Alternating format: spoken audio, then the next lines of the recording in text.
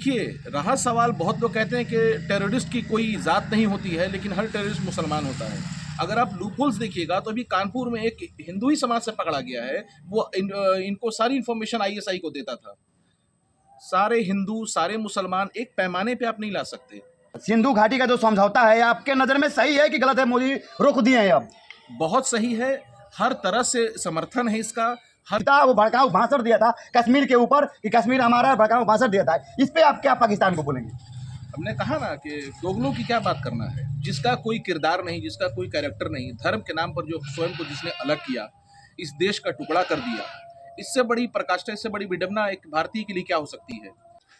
नमस्कार, अभी मैं मौजूद हूँ भोजपुर जिला में और पाकिस्तान ने जिस तरह से करतारपुर हड़क्का करके हमारे 28 से हिंदुस्तानियों को मारा है और धर्म पूछ के मारा है, उसके लिए मैं भोजपुर जिला, बिहार में एक जिला पड़ता है भोजपुर जिला, बाबू वीर कुंवर सिंह की नगरी, और यहाँ पे हमारे मुसलमान समाज के भाई लोग बैठे हैं और मुसलमान समाज के लोग देखिए यहाँ पे बैठे हुए हैं। मैं इनसे पूछूंगा, इनसे सवाल करूंगा और तीखा तीखा सवाल मारूंगा कि आखिर कश्मीर में ये जो आतंकी हमला हुआ है और वो धर्म पूछ के मारे हैं कि तुम्हारा धर्म क्या है, और धर्म को टारगेट देके हिंदू बताने पे मार दिए।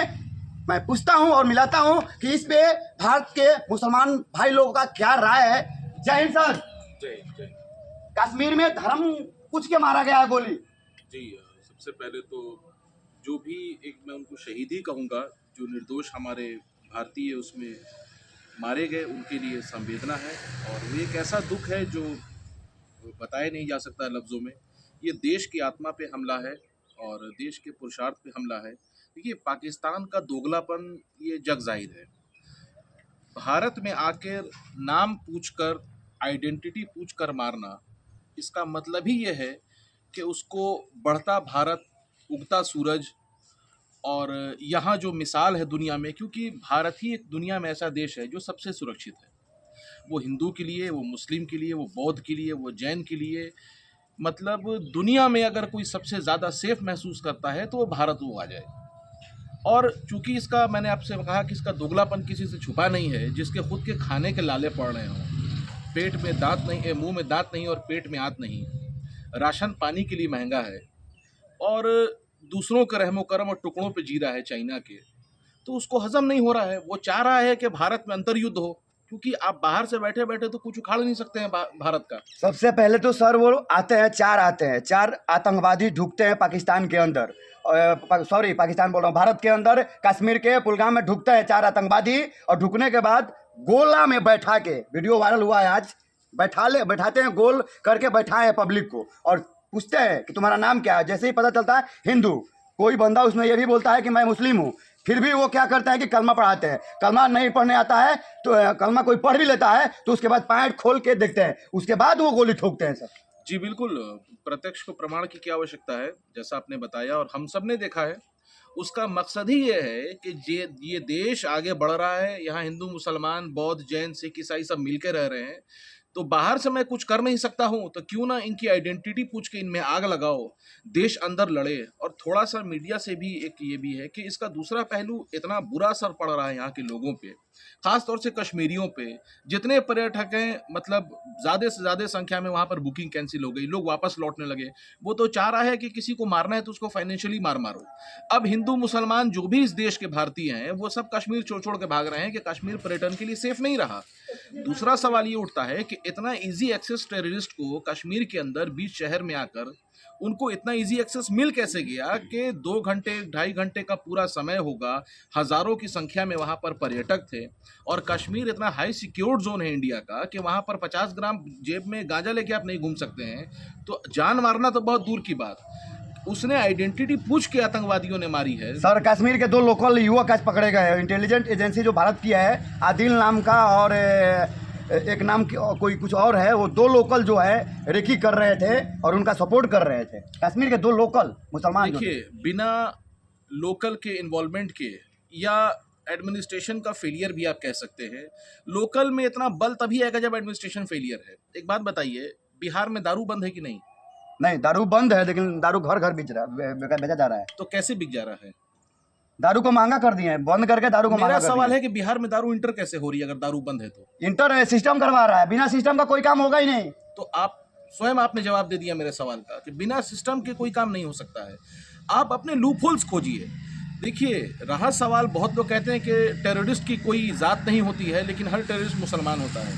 अगर आप लूपहोल्स देखिएगा तो अभी कानपुर में एक हिंदू ही समाज से पकड़ा गया है, वो इनको सारी इन्फॉर्मेशन आईएसआई को देता था। सारे हिंदू, सारे मुसलमान एक पैमाने पे आप नहीं ला सकते। ये सोची समझी साजिश है, भारत को किसी तरह से इंटरनल डैमेज किया जाए, भारत की अखंडता को तोड़ने की साजिश है। तोड़ने की साजिश है, क्योंकि सबको पता है कि दुनिया का सबसे सुरक्षित देश भारत है। यहाँ पर रहना, खाना, पीना, सोना सब कुछ आसान है, सब कुछ समय से है, हर कुछ यहाँ की परिस्थिति जीवन के लिए अनुकूल है। ये दोगलों को नहीं पसंद आ रहा है। एक और मैं दूसरे पहलू पे आपसे आता हूँ। अब जैसा कि लोग भावनात्मक आवेश में आके कहते थे पाकिस्तान को खत्म कर दो। देखिए सर, एज एन एक समझदार और पढ़ा लिखा इंसान कोई भी ये नहीं कहेगा कि पाकिस्तान को मारना बहुत आसान है। हमारा कितना लॉस होगा हमको ये भी देखना है। उसको चाइना का सपोर्ट है, हम जानते हैं कि चाइना कितना पावरफुल है। इतना सा देश है सर यूक्रेन, रशिया तो हमसे पावरफुल है सर, बिल्कुल हर परिस्थिति में हमसे पावरफुल बिल्कुल है, सर। हर परिस्थिति पावरफुल है। उसने नाको चना चबा दी रशिया को सर। आज 2 साल होने जा रहा है, अभी तक वॉर खत्म नहीं हुआ है। सिर्फ नाटो ने हल्का सपोर्ट कर दिया, जी यूएन ने एक हल्का सा बस उसको हिंट दे दिया है, अमेरिका ने हल्का सा हवा दे दी है कि हम तुम्हारे साथ खड़े हैं।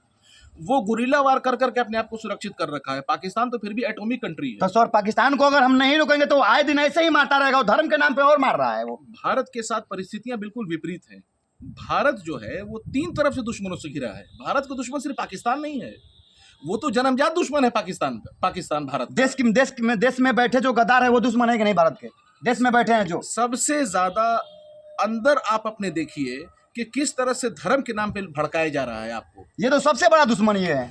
यही दिमाग है जो आपको खोखला कर रहा है। चाइना आपके सर पे बैठा है, पाकिस्तान आपके सर पे बैठा है, बांग्लादेश से आपके संबंध ठीक नहीं है, नीचे चले जाइए श्रीलंका से आपके कोई खास संबंध है नहीं। तो ये बताइए कि हमारा सगा कौन है? भारत सिर्फ अपने विश्वास पर, अपनी एकता पर, अपनी अखंडता पर टिका हुआ है। अगर हम जातिवाद से उठ रहे हैं तो धर्म पे आ जा रहे हैं, धर्म से पल्ला छोड़ा रहे हैं तो जातिवाद पे आ जा रहे हैं, फिर जातिवाद से पल्ला छोड़ा रहे हैं फिर धर्म पे आ जा रहे हैं। ये दोगलापन हम कब तक सहेंगे?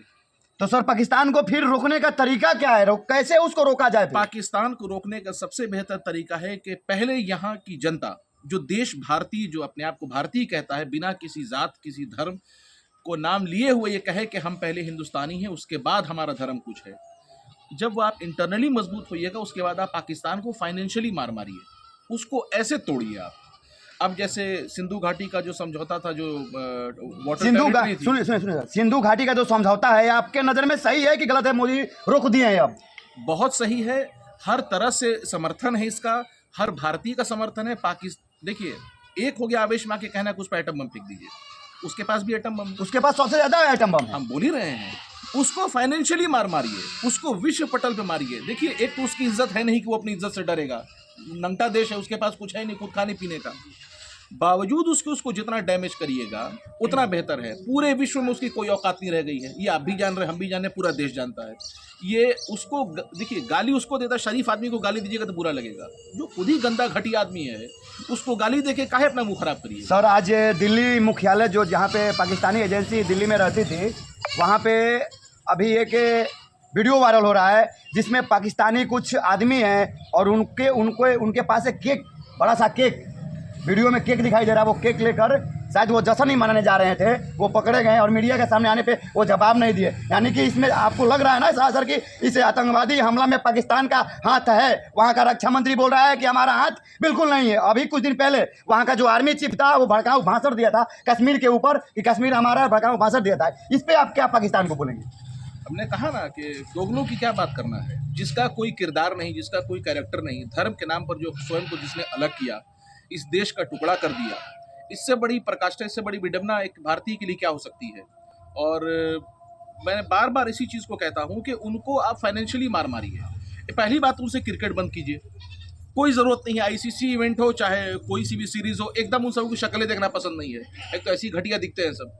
ना उनसे कोई आप व्यवहार रखिए, ना उनके कोई सिंगर, ना उनके कोई एक्टर, ना कोई डायरेक्टर भारत आए, ना यहाँ से वहाँ कोई जाए। देखिए, मित्रता दोनों तरफ से होनी चाहिए सर, एक तरफ की रवैया ठीक नहीं होती है। कोई हमारे नागरिकों का के कुछ भी बोल दे रहा है, मार कर चला जा रहा है, जाति पूछ के मार रहा है, धर्म पूछ के मार रहा है, उसका रिलीजन पूछ रहा है, पैंट उतार के देख रहा है।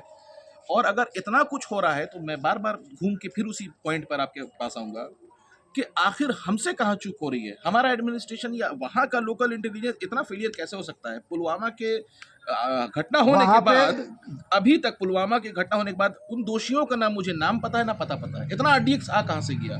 इतना संभव, इतना आसान कैसे हो सकता है? जो भारत का सबसे ज्यादा टाइट सिक्योरिटी का एरिया है, वहां पर इतनी आसानी से इतना इजी एक्सेस कैसे हो सकता है? बिना भेदिया का सर कुछ हो ही नहीं सकता है। सर हम क्यों आपसे कह रहे हैं कि भेदिया को पकड़ना किसका काम है?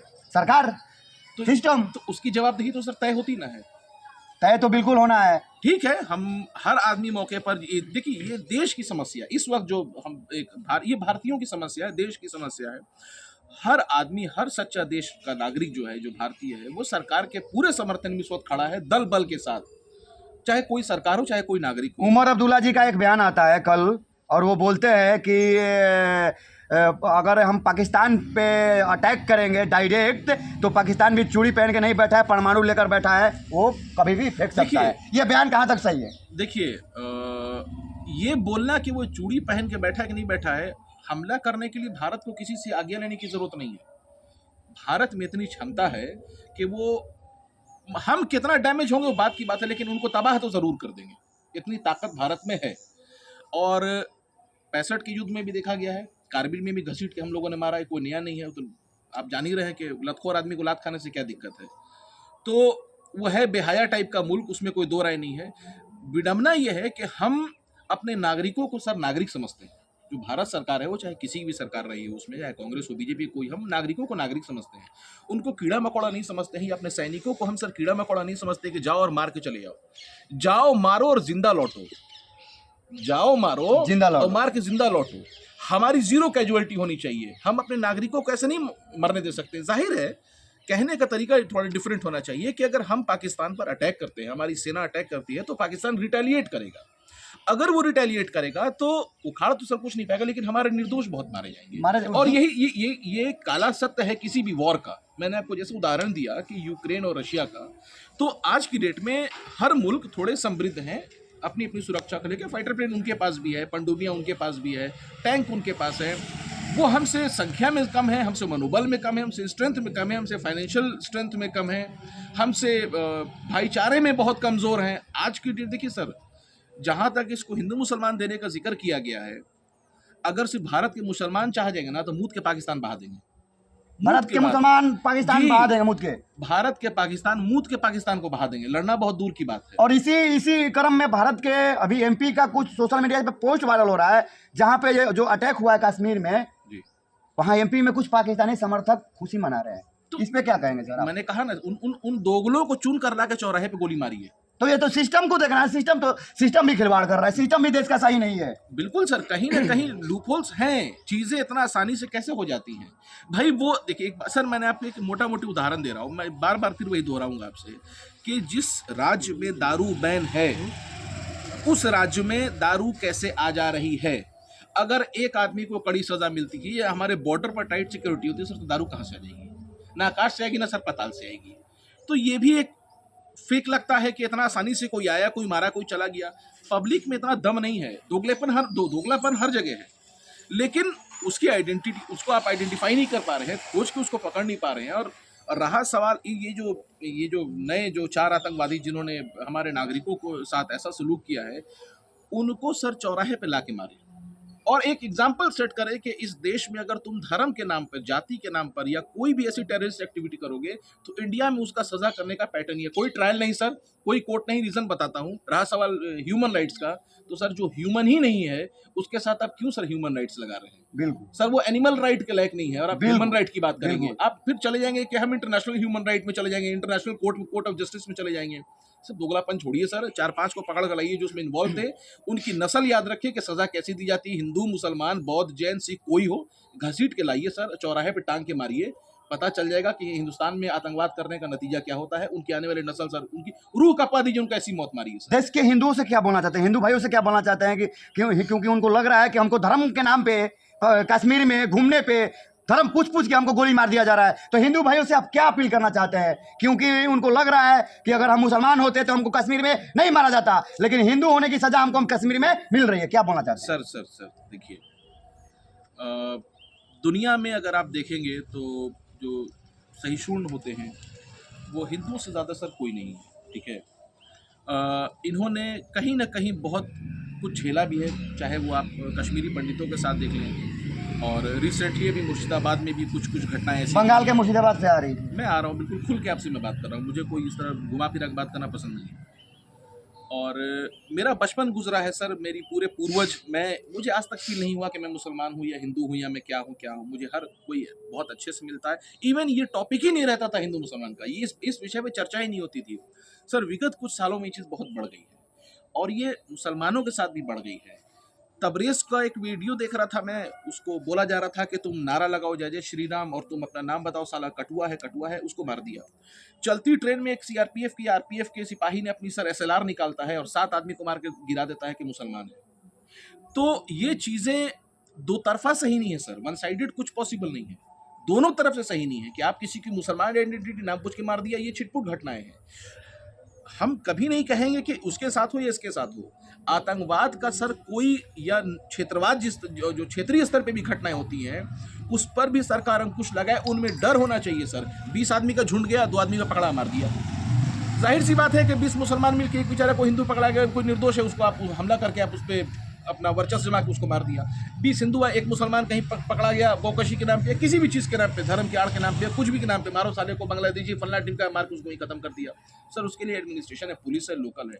अगर यही चीज़ हो गया तो इसी को बोलते हैं अंतरकलह, इसी को बोलते हैं गृह युद्ध। और आपको लगता है कि आप इस पर कंट्रोल कर लीजिएगा सर? सोशल मीडिया पे आके अंगूठा चला के टिपर टिपर लिख के निकल जाना कि ये खतरे में है और वो खतरे में, इनको बचाओ, ये नहीं करना वो करना है। हमको आपको जागना होगा, सकारात्मक सोच के साथ आगे होना होगा, नकारात्मक न्यूज़ नहीं दिखानी होगी। इसने तो बर्बाद कर दिया समझ लीजिए सर। मैं न्यूज़ चैनल, सोशल मीडिया पे फेक न्यूज सर मैं नहीं देखता हूँ, मैं नेशनल चैनल नहीं देखता हूँ, एक आधा 2 चैनल जो मैं देखता हूँ, अदरवाइज मैं नाम नहीं लूंगा। अगर आपका मूड खराब करना है, बीपी बढ़ाना है, तुरंत तलवार लेके बाहर रोड पे निकल जाइएगा, जिस तरह से आपको प्रोवोक करते हैं वो। तो मैं इसमें ज़रा दिलचस्पी नहीं लेता हूँ। और किसी को जस्टिफाई मत करिए कि आप में कितना देश प्रेम है। आपकी देशभक्ति आपके किरदार में झलकती है, आपकी बात में झलकती है। मुझे बीच चौराहे पर जय श्री राम कहने में कोई दिक्कत नहीं, मैं गर्व महसूस करता हूँ। भगवान श्री राम हमारे देश के थे, हम सबके थे, हमको उन पर गर्व है और क्यों नहीं होगा। हमको अल्लाह अकबर बीच रोड पे कहने में कोई दिक्कत नहीं है, क्योंकि मुझे गर्व है कि मैं मुसलमान पैदा हुआ हूँ। मुझे गर्व है अपने हिंदुओं पर कि वो ऐसे हैं कि उन पर गर्व किया जा सकता है। तो अब आपको जानकारी के लिए बता दूं, मैं सरस्वती शिशु मंदिर विद्या मंदिर का पढ़ा हुआ हूँ। हाँ पता है जी सर। तो अगर हमारे यहाँ धर्म के जो चश्मा होता है उससे अगर सर देखा जाता ना, तो ना तो मैं इस स्कूल में पढ़ता, ना मेरे अंदर वो आदर्श होता। रहा सवाल हिंदुत्व का भी, तो जो भी नए नए लड़के हैं मैं उनसे ही कहूँगा कि अगर आपको हिंदुत्व देखना है तो अपने आचार्यों से सीखिए। जो गुरुकुल में पढ़ाया जाता था उस पैटर्न पे पढ़ाई कीजिए, अपने शास्त्र पढ़िए। 4 वेद का नाम पूछ देता हूँ तो नए नए लड़के सर बता नहीं पाते, नए नए लड़के बता नहीं। सर लास्ट में एक सवाल आपसे रहेगा, पाकिस्तान के साथ क्या करना चाहिए? पाकिस्तान 28 नहीं 29 अभी गिनती में आ रहा है कि 29 मारे गए, उसके साथ क्या 29 के बदले में 58 चाहिए कि नहीं चाहिए, कि छोड़ दिया जाए ऐसे ही उसको? नहीं सर, छोड़ा तो नहीं जाना चाहिए सर किसी भी हद तक। छोड़ देने के बाद मनोबल फिर बढ़ेगा, फिर मारेगा वो। देखिए वो अपनी आदत से लाचार है, आप उसके अंदर घुसिए। जैसे सर काट के लाया जाता है वैसे कुछ 2-4 ठोक नहीं, 2-2.5 हज़ार सर काट के लाइए। ISI का कोशिश करिए कि उसका सफ़े हस्ती से नाम मिटे, क्योंकि सब कुछ वही है पाकिस्तान। लश्कर तैयबा का नाम आ रहा है इसमें सर। कोई तैयबा हो सर, लश्कर तैयबा हो या कोई आतंकवादी संगठन हो सर, उसको नंगा करके हिंदुस्तान में लाए और यहाँ लाकर घसीट के मार के एक नया उदाहरण पेश करे कि भारत में अगर तुम नाम पूछ के मारते हो या कोई आतंकवादी तुम एक्टिविटी करते हो, तो अब ये वो भारत नहीं है जो बैठ के टेबल पे मैत्री संबंध स्थापित करता था। ये वो भारत है जो खून के बदले सर मांगता है। सर आप क्या बोलना चाहेंगे? पाकिस्तान क्या इतना गिरा हुआ हरकत किया है कि उसके बंदे आते हैं और कश्मीर में धर्म पूछ के मारते हैं? देखिए, पहले तो बात ये है कि पाकिस्तान को लग रहा था कि हिंदुस्तान में सब कुछ बहुत अच्छा चल रहा है, कश्मीर बहुत डिस्टर्ब था, इसमें कोई शक नहीं है, सब जानते हैं। लेकिन कश्मीर की हालत बहुत अच्छी हो गई थी पहले से, पर्यटन बहुत आ रहे थे, फॉरेनर भी बहुत आ रहे थे, हिंदुस्तान के भी लोकल लोग भी बहुत जा रहे थे। ये बात पाकिस्तान को हज़म नहीं हो रही थी, तो उसने 2 खेल खेला। एक तो फाइनेंशियल कश्मीर को क्रश करने के लिए उसने वहाँ पर सेनानियों पे ही गोली चलाई, पब्लिक पर नहीं चलाई है, पहले पब्लिक पे चला दी थी, सेनानियों पे उसने गोली चलाई है। और दूसरी बात, जो धर्म का उसने नाम लिया वो बहुत दिमाग से खेला है। एक तीर से 2 निशाने। एक एक तीर से दो निशाने का काम किया। बहुत सही बोल रहे कि हैं भारत में हिंदू मुसलमान लड़ जाए, वहाँ पर्यटन भी नष्ट हो जाए और हिंदू मुसलमान भी लड़ जाए, भारत में लड़ जाए, हम लोग माजा मारते रहे। और इससे बड़ा तमाचा उसके मुंह पे हो नहीं सकता है कि सब कुछ अभी स्थिति एकदम नॉर्मल है।